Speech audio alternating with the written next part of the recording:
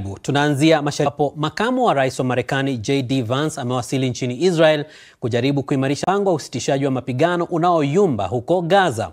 Vance anatarajiwa kumshinikiza waziri mkuu wa Israel Benjamin Netanyahu kuanza mazungumzo ya kumaliza vita kabisa, ikiwemo mipango ya kupeleka vikosi vya pamoja vya kimataifa huko Gaza na kushurutisha Hamas kuweka silaha zao chini.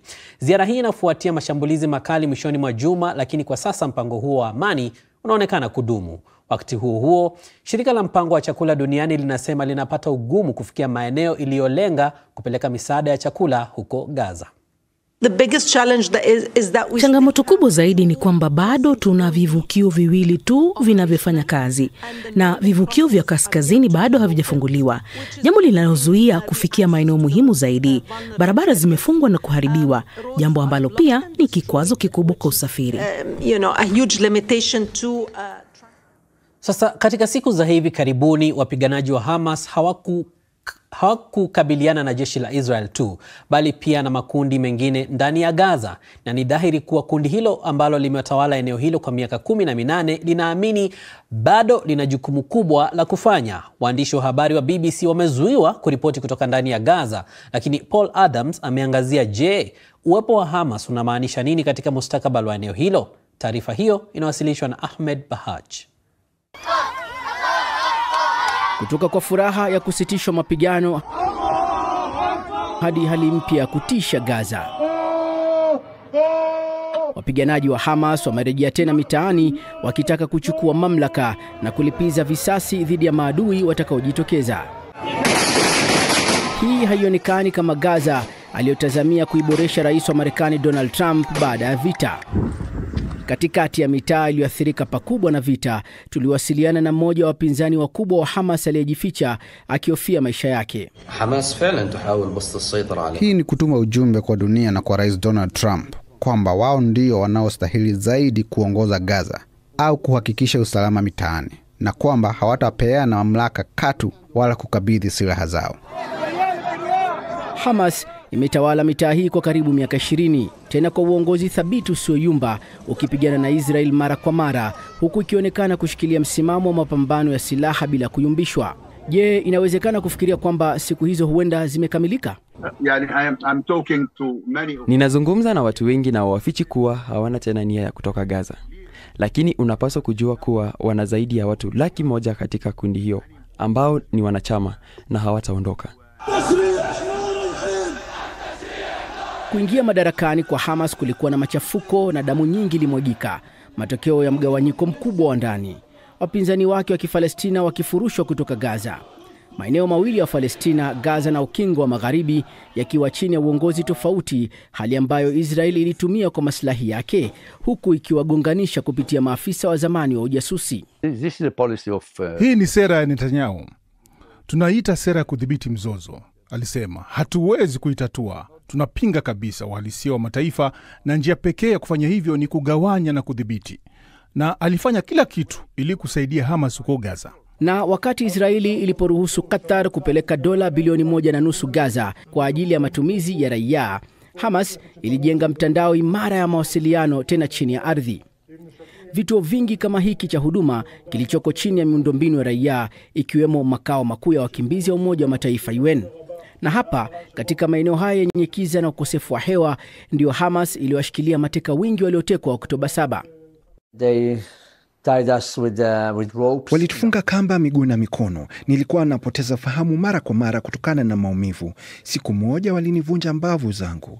Kuniacha na njaa ndio jambo baya zaidi, hasa miezi 6 ya mwisho.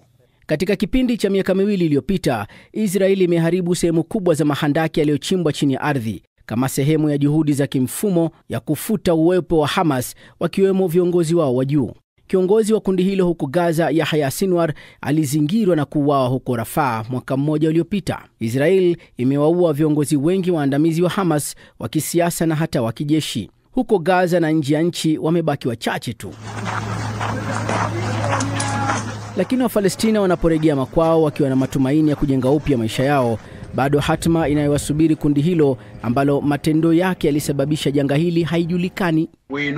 Tunajua kwamba ilikuwa makosa makubwa yaliyotokea na kusababisha aina hiyo ya vita ya mauaji ya halaiki. Lakini kwa kweli, watu hawana tena nia ya kushiriki katika vurugu au vitendo vya vita. Iwapo kutakuwa na uchaguzi, watashiriki na kuwa na chama cha kisiasa. Lakini hilo linaaminika kwa kiasi gani? Video hii ya Hamas iliyotolewa kabla ya kusitishwa kwa mapigano ikionyesha kundi hilo likisherehekea mafanikio yake. Je, kweli wameamua kuanza upya? Huyu hapa ni raia mmoja wa Israeli aliyechunguza kundi hilo kwa karibu. Siamini kama Hamas hawatakuwepo tena, hata kama kutakuwepo na aina fulani ya utawala mpya huko Gaza. Ninamaanisha, bila shaka huwezi kuishawishi Hamas kukubali kuweka silaha zake chini. Huo ndio utambulisho wao. Kwa hiyo nadhani pengine ndani ya mwaka mmoja, miwili, labda mitano, Israeli italazimika kurejea tena vitani na Gaza. Kwa Waisraeli, picha hizi za kutia uchungu zitabaki kuwa sura ya Hamas. Hawako tayari kusahau wala kusamehe. Lakini Hamas, hata ikiwa imesambaratishwa kwa kiasi fulani, bado ndicho chombo chenye mamlaka makuu Gaza, na hilo linaibua maswali mengi kuhusu mustakabali wa baada. Mashambulizi ya ndege zisizo na rubani yamepiga eneo lililo karibu na uwanja wa ndege wa kimataifa wa Khartoum siku moja tu kabla ya mamlaka za Sudan kufungua tena uwanja huo kwa safari za ndani kwa mara ya kwanza tangu kuanza kwa vita vya wenyewe kwa wenyewe miaka miwili iliyopita. Kikosi cha wapiganaji cha Rapid Support Forces RSF ambacho kimekuwa kikabiliana na jeshi kimelaumiwa kwa kutekeleza shambulizi hilo.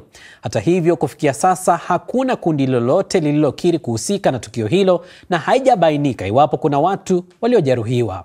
Uwanja huo wa ndege ulifungwa mnamo Aprili mwaka 2023 baada ya RSF kuudhibiti kutoka kwa jeshi la Sudan. Mnamo Machi mwaka huu, jeshi lilichukua tena udhibiti wa uwanja huo na kuanza kuukarabati. Awali wiki hii, mamlaka za Sudan zilitangaza kwamba zingefungua tena shughuli zake za safari za angani kwa matumizi hiyo kesho Jumatano, kuashiria kwamba maisha yangeanza kurejea kuwa kawaida mjini Khartoum. Mashambulizi ya ndege zisizo na rubani yamepiga eneo lililo karibu na uwanja wa ndege wa kimataifa wa Khartoum siku moja tu kabla ya mamlaka za Sudan kufungua tena uwanja huo kwa safari za ndani kwa mara ya kwanza tangu kuanza kwa vita vya wenyewe kwa wenyewe miaka miwili iliyopita.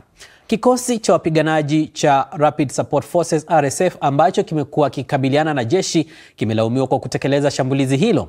Hata hivyo, kufikia sasa hakuna kundi lolote lililokiri kuhusika na tukio hilo na haijabainika iwapo kuna watu waliojeruhiwa. Uwanja huo wa ndege ulifungwa mnamo Aprili mwaka 2023 baada ya RSF kuudhibiti kutoka kwa jeshi la Sudan. Mnamo Machi mwaka huu, jeshi lilichukua tena udhibiti wa uwanja huo na kuanza kuukarabati. Awali wiki hii, mamlaka za Sudan zilitangaza kwamba zingefungua tena shughuli zake za safari za angani kwa matumizi hiyo kesho Jumatano, kuashiria kwamba maisha yangeanza kurejea kuwa kawaida mjini Khartoum.